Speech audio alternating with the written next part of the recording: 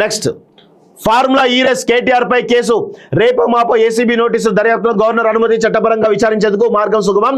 ఇప్పటికే అరవింద్ కుమార్ ను ప్రశ్నించినటువంటి ఏసీబీ విదేశీ కంపెనీకి 55 కోట్లు ఇవ్వడంపై విచారణ. సో ఫార్ములా ఈ రేస్ కేసులో మాజీ మంత్రి కేటీఆర్ కు నోటీసులు జారీ చేయడానికి ఏసీబీ అధికారులు సిద్ధమవుతున్నారు.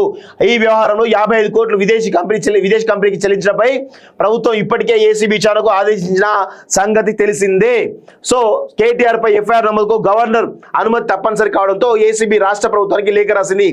ఈ లేఖను ప్రభుత్వం గత నెలలో గవర్నర్ కు పంపింది. అది గవర్నర్ వద్ద పెండింగ్ లో ఉంది. పలువురు మంత్రులు గవర్నర్ ఇంకా అనుమతి ఇవ్వడం లేదంటూ పలు సందర్భాల్లో వ్యాఖ్యానించారు. దీంతో న్యాయ నిపుణులు అభిప్రాయాలు తీసుకున్న తర్వాత ఏసీబీ దర్యాప్తు కేటీఆర్ పై కేసు నమోదుకు గవర్నర్ అనుమతించినట్టు తెలుస్తుంది. ఏసీబీ అధికారులు ఎఫ్ఐఆర్ నమోదు చేసి ఏసీబీ కోర్టుకు పంపించే కసరత్తు ప్రారంభించారు. ఆ తర్వాత కేటీఆర్ కు నోటీసులు జారీ కానున్నాయి. సో 4 ఏళ్లకు ఒప్పందం. హైదరాబాద్ లో 4 ఏళ్ల పాటు ఫార్ములా ఈ రేస్ నిర్వహణకు సంబంధించి ఫార్ములా ఈ operation FEO next gen private limited కలిసి పురపాలక శాఖ అధికారులు 2022 అక్టోబర్ 20న త్రైపాక్షిక ఒప్పందం చేసుకున్నారు. దీంతో 2023 ఫిబ్రవరిలో తొలి ఫార్ములా ఈ రేస్ నిర్వహించారు.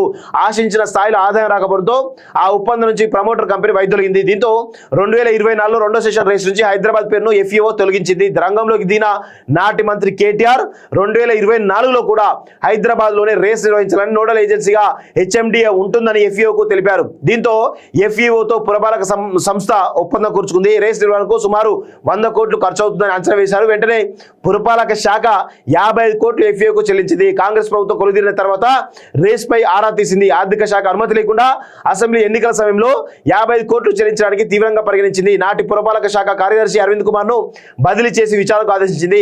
55 కోట్ల చెల్లింపులపై వివరణ ఇవ్వాలని అరవింద్ కుమార్ కు CS శాంతికుమారి మెమో ఇవ్వగా నాటి మంత్రి కేటీఆర్ మౌఖిక ఆదేశాలతోనే నిధులు చెల్లించినట్లు అరవింద్ కుమార్ జవాబిచ్చారు.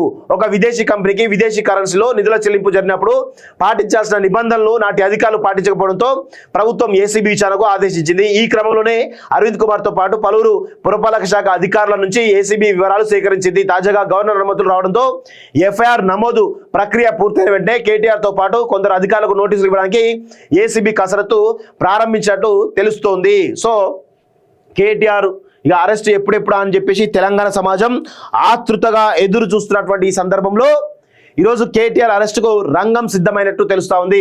కేటీఆర్ అరెస్ట్ ఖాయమైనటువంటి విషయం తెలుస్తా ఉంది. కేటీఆర్ విచారించి అదుపులోకి తీసుకునేటువంటి అవకాశం కూడా తెలుస్తా ఉంది. ఎందుకంటే ఈరోజు 55 కోట్ల రూపాయలను రాష్ట్ర ప్రభుత్వ ఆర్థిక శాఖ అనుమతి లేకుండా, రిజర్వ్ బ్యాంక్ అనుమతి లేకుండా, ఎలాంటి అనుమతులు లేకుండా నేరుగా విదేశీ కంపెనీకి ట్రాన్స్ఫర్ చేయడం ఇది చాలా పెద్ద నేరంగా మనం పరిగణించవచ్చు. సో దానిలో భాగంగానే కేటీఆర్ అరెస్ట్ చేయాల్సిందే. ఇలాంటి తప్పుడు ఎవరైనా కానీ ఇలాంటి ఇష్టారీతిన తమ రాష్ట్ర ఖజానా తమ ఖజానా అనుకుంటే పొరపాటు. ఈరోజు మన సొంత డబ్బులు ట్రాన్స్ఫర్ చేయాలంటేనే దానికి లిమిట్ ఉంటుంది. ఆ లిమిట్ దాటితే అన్ని ప్రొసీజర్స్ కంప్లీట్ చేసుకొని చేయాలి. అలా చేయకపోతే పరిణామాలు మన మీద కేసులు ఉంటాయి.